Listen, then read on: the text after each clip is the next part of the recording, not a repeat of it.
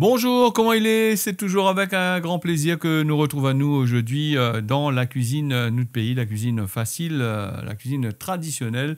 Alors aujourd'hui, on va faire un rougail d'acatine. C'est un plat qui est très simple à faire, un rougail très simple. Il faut nous des oignons, du piment, du sel, du combava, si vous en avez, si vous avez un combava.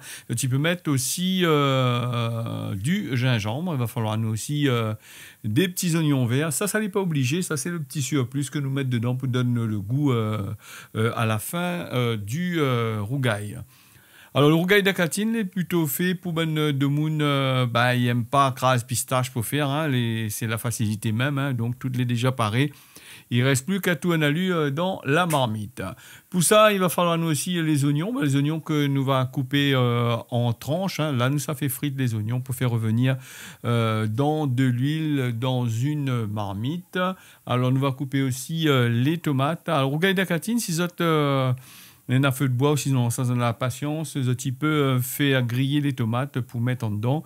Et là, on l'a fait de façon simple, sans grillade de tomates. Alors, on nous fait revenir les oignons dans une marmite. Et là, on a utilisé un poêlon pour les besoins du film, de façon à ce que Zotti y voit bien. Alors, donc, on va faire revenir bien comme qu'il faut les oignons dans de l'huile.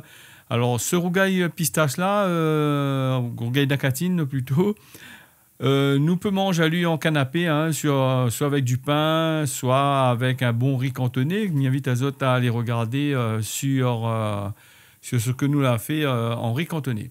Alors, nous va mélanger le piment, le sel et le combava que les craser ensemble. Alors, comme il dit, hein, c'est un rougail d'acatine, il n'a pas besoin de trop d'épices. C'est la simplicité même. Quand on a fini de bien faire revenir tout ça, nous ajoute les bonnes tomates en dedans. Il faut une bonne quantité de tomates pour le d'acatine, hein, de façon il vient bien épais en sauce. Les tomates, il faut faire cuire un peu avant, pas mélanger le d'acatine tout de suite. Des gens, ils mélangent tout de suite, hein, juste après, ils mélangent. Hein.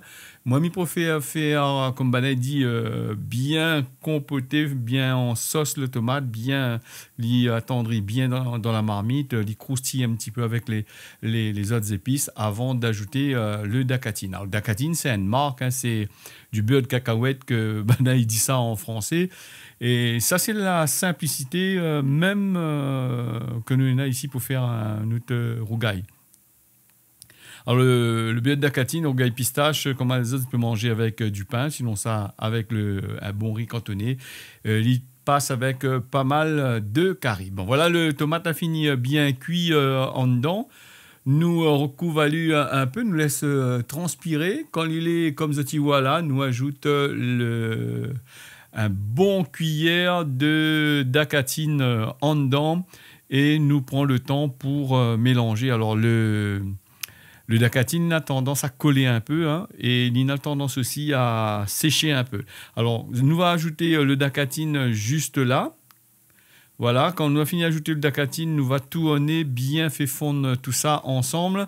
Et si le d'acatine a des petits problèmes pour lui fondre, nous ajoute un petit peu d'eau dedans pour délayer tout ça. Et nous va laisser le d'acatine bien cuit avec les tomates. Alors le feu, vous n'êtes pas obligé de mettre feu vif dessous. Vous pouvez mettre feu doux en attendant que le affaire est cuit petit doucement même. Et comme finition, nous va ajouter un peu de oignons verts en dedans pour donner le goût. Et pour la décoration, nous pouvons ajouter du persil à la fin de la recette. Recette très facile à faire, très simple à faire. Mais le d'acatine, des personnes, a de monde, il fait ça avec tomate en boîte. Alors, ils réchauffent la tomate dans la boîte et ils font avec les tomates en boîte. C'est pas mauvais en tomate en boîte quand ils fait le d'acatine de cette façon cuit. Alors là, nous ajouter les oignons verts en dedans. Nous va tout analyser bien, nous va bien mélanger.